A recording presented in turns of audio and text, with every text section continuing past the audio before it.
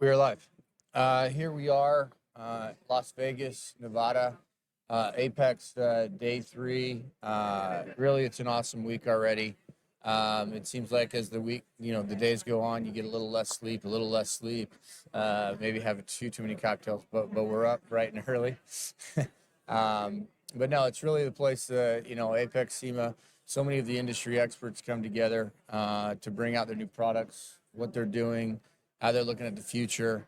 And you guys, ISC Industries, Suspensia, what other brands are we? Suspensia, suspension steering parts, Tuff Support, Tuff- lift supports, Lift gas support, struts. damper, and power.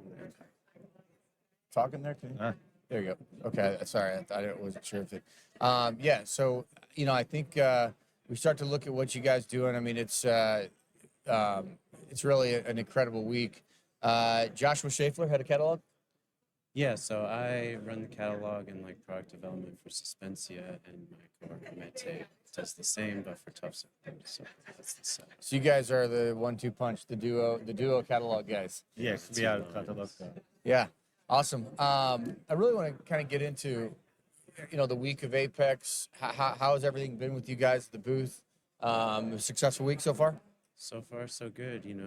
Since we're a manufacturer and distributor, also we came for the AWDA beforehand. So it's meeting with all the customers and doing that, and then at the booth, people walk around and people come and talk, see the part samples, ask whatever questions. So it's been good. Yeah, the last 2 days are pretty busy. I think overall it's been a more crowded show. I mean, compared to last year.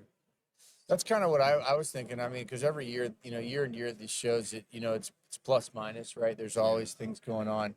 I agree. I think it's been a very successful show, a very engaging show.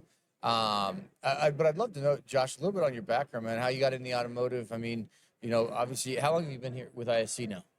So now it's about 5 years. I guess the story is just to be a lifelong car guy, always into cars, working on my cars, and in college, I was like a computer science person, and was just always curious if there was a way to do that in the automotive field. And I honestly stumbled upon this automotive aftermarket, OE style. Because as a car guy, I always know SEMA, the customization and all that. But it's very interesting, the OE side of it.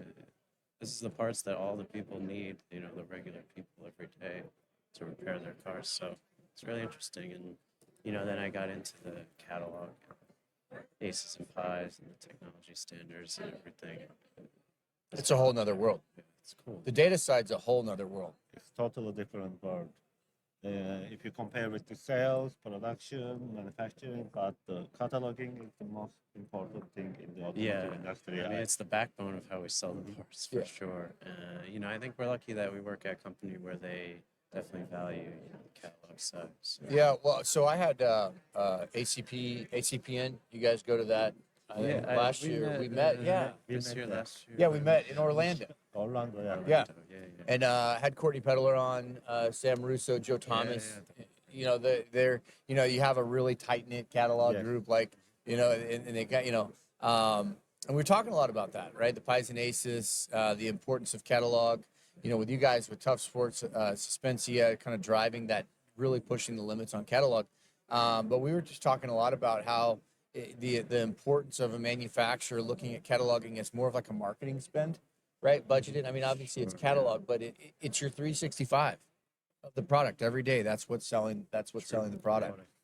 And that's what the people see. I mean, reality is, it is the marketing, because it's also the images and the descriptions and all of that goes with it. Yeah, it's when we start to look at EV, I know we were talking a little bit about EV. Actually, before let's peel it back a little bit. So if we look at Suspensia, Tuff Support, you run the Suspensia, you run the Tuff Support. Mm-hmm. Walk us through Suspensia and some of those product offerings. With if someone's unfamiliar with Suspensia, what's the expectation? Sure. So we do suspension, steering parts. I mean, we have about a little more than 12,000 SKUs now between this, we call the long tail of suspension parts, because obviously control arms, ball joints, tie rods, stabilizer links, that's all the core products, and then keep adding more and more with bushings and with hardware and strut mounts and all these different things. So it keeps adding up. Really, our goal every year is to add as many new parts as possible, especially when we're going up against some big names, you know, like Moog and Delphi and these companies. For sure. Suspensia is relatively young compared to them. I think, like Well, those 6 guys are years old. legacy, right? They're legacy. They've been around. How do you do that? I mean, and I think young manufacturing companies actually today, right now, probably have the best opportunity to gain market share through being innovative on their cataloging, be scrappy on how they go to market. There's so many ways, right? Digital is a big player. I actually think we're going to see a lot of, not a lot, but we're going to see some. We're seeing it. Some legacy manufacturers that kind of take their eye off the ball and they become very complacent on that volume, and it's moving to maybe potentially some new manufacturers just because they're digitally. The demand stays the same, but that movement of market share moves based on how innovative you are. Definitely. And I think, you know, it's also about who the core customer is and what they're looking for, which kind of changes over time. So, I mean, we've seen good improvements. Obviously, the data is really important, but also, you know, fill rates and having the coverage and everything like that. So it kind of all comes together. And I agree, it's hard for newer, small manufacturers, but also there is a lot of opportunity because a lot gets lost at the edges. 100%, 100%. And I talked to some guys up in Canada, Pacer, they're manufacturer of rotors, young, they're scrappy, they've got nice connections in the manufacturing side, but that's the same type of model. And I'm not saying that this is apples to apples, but it's exciting to see that. And then on the Tuff Support side, walk us through a little bit about those. Where do they differentiate, Tuff Support versus Suspensia? Tuff Support, I cannot say we are a young company. We have experience over 30 years. We have our manufacturing facilities in Turkey. When I started Tuff Support, working for Tuff Support, it was like 11 years ago. When I compare 11 years ago and today, we are getting bigger and bigger every year. Yeah. And we supply products not only for automotive, also we supply products in industry area, marine, and also agricultural area. We have capacity like 6-7 million products every year. We also do private label. We have a lot of customers in Europe and America and South America, also Japan. And OE. On the OE side as well. Mm-hmm. Yeah. No, that's great. I'm kind of curious on some of the product expansions and EV. Is that a part of where you guys are looking at? I know, is that a big part of your business or the future of it?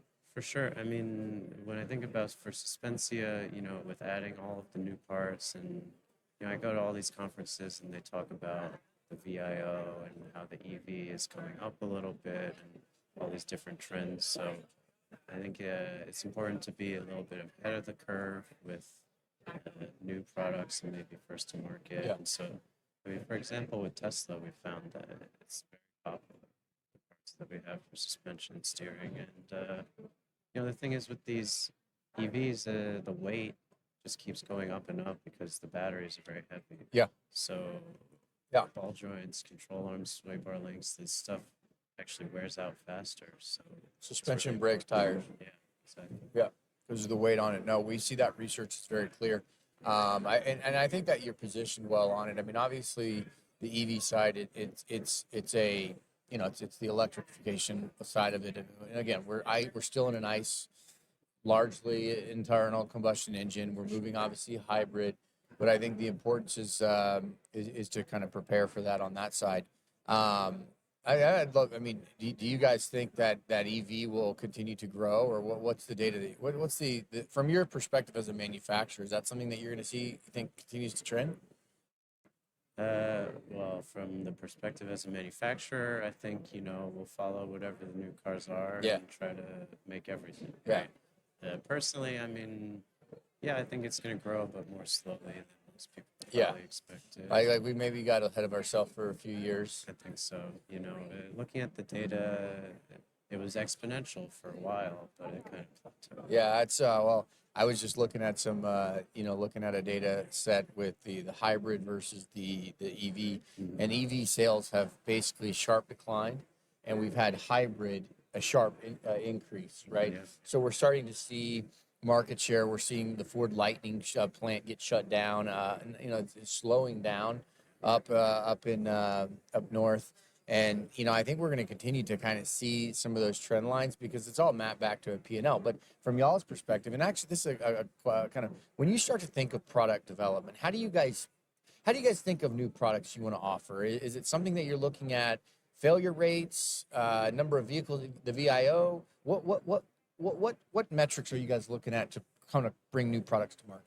First of all, we check VIO. We check the car, what kind of part it has. Yeah. So we decided to manufacture the parts depending on the vehicle, how many vehicles will be sold. It is going to be popular or not. Yeah, I think there's a lot of categories. It's also who our customer is and what cars they're buying. We're able to be first to market if we're able to be price competitive. But in general, like Mete said, VIO, popular cars, part types that. The thing is, especially with something like a control arm, for example, it's a very expensive part, and when someone goes like to the dealership, and this is the whole story of the aftermarket, right? Yeah. It's like it's gonna be hundreds of dollars. So we get that advantage of maybe even if it's a brand new car, you know, something happens or they're not covered. Looking at it from they're looking for maybe a better price point, quality of product, but that is the aftermarket. I mean, right? We're looking at it. We're giving the customer an options. That's the right to repair, right? People wonder, well, what is the right to? It's literally options for the consumer. I mean, and that is our acute interest. Just out of curiosity, when you guys start to look at markets, Central market, South America, you guys have your eyes on South America? Yes. What do you think what's your take on it? In South Africa. South America. Is that a growing market? I mean, yes, for us definitely it's a growing market because now they import a lot of vehicles from Europe, also from China or Asia. As long as they keep importing vehicles, it is growing and growing. Yeah. And Latin America in general, going back to the data, average age of vehicles on the road is older. They're more price sensitive, especially compared to the U.S. It just makes sense. And you see also like the data standards, they keep adding basically almost every Latin American. Yeah, well, that's a big deal. And talk us through that a little bit. I mean, from a data standards perspective, is that walk us through that? I mean, they're basically adding those year make models to the tables. Yeah, kind of country by country. I know it's been their process kind of a couple of years now, but I think the goal for them is to basically cover all of America. And they do. I think it was yesterday. Evaristo gave a talk in Spanish, Aces and Pies. Oh, wow. So it's also about getting the word out because in the United States, people are used to Aces and Pies data, and it's really sort of a given for especially big customers. But now as you push further into other countries in Latin America, AutoZone takes it, and maybe that's it, right? So you have to start pushing that. It's about also, I guess, having the advantage of if you have good data and maybe someone's not used to it. Yeah, where Suspensia, Tuff Support. Obviously, you guys are in many major WDs, right? It's a large distribution network. Consumers looking to buy products. Is that where do you guys direct them to kind of work with your local shop, work with your local distribution point online? How are consumers engaging with your brands? Well, obviously there's the Rock Auto and the Amazon and eBay of the world, and that's like in my mind usually more the do-it-yourselfer or that type of person. Yep. Obviously we sell sort of wholesale to all the big warehouses, so in that sense it's about whoever is closest in the region. Awesome. It's Tuff Sport and Suspensia. Josh, Meta, man, appreciate you guys stopping by. Really love having you. Hope you have really a great week. I know we're winding down today. Safe travels back, and ACPN is going to be next year in Phoenix. Y'all going? Phoenix, yeah, we'll be there. All right, we will as well. That's our. I'll be out there, and that's going to be an exciting week. Phoenix is awesome at that time of year. Yeah. So we'll have a great time. Anyhow, have a great week. We'll talk soon, and if we don't talk before then, we'll see you in Phoenix, a couple months. Thanks. Awesome. Thank you. Yeah. Thank you.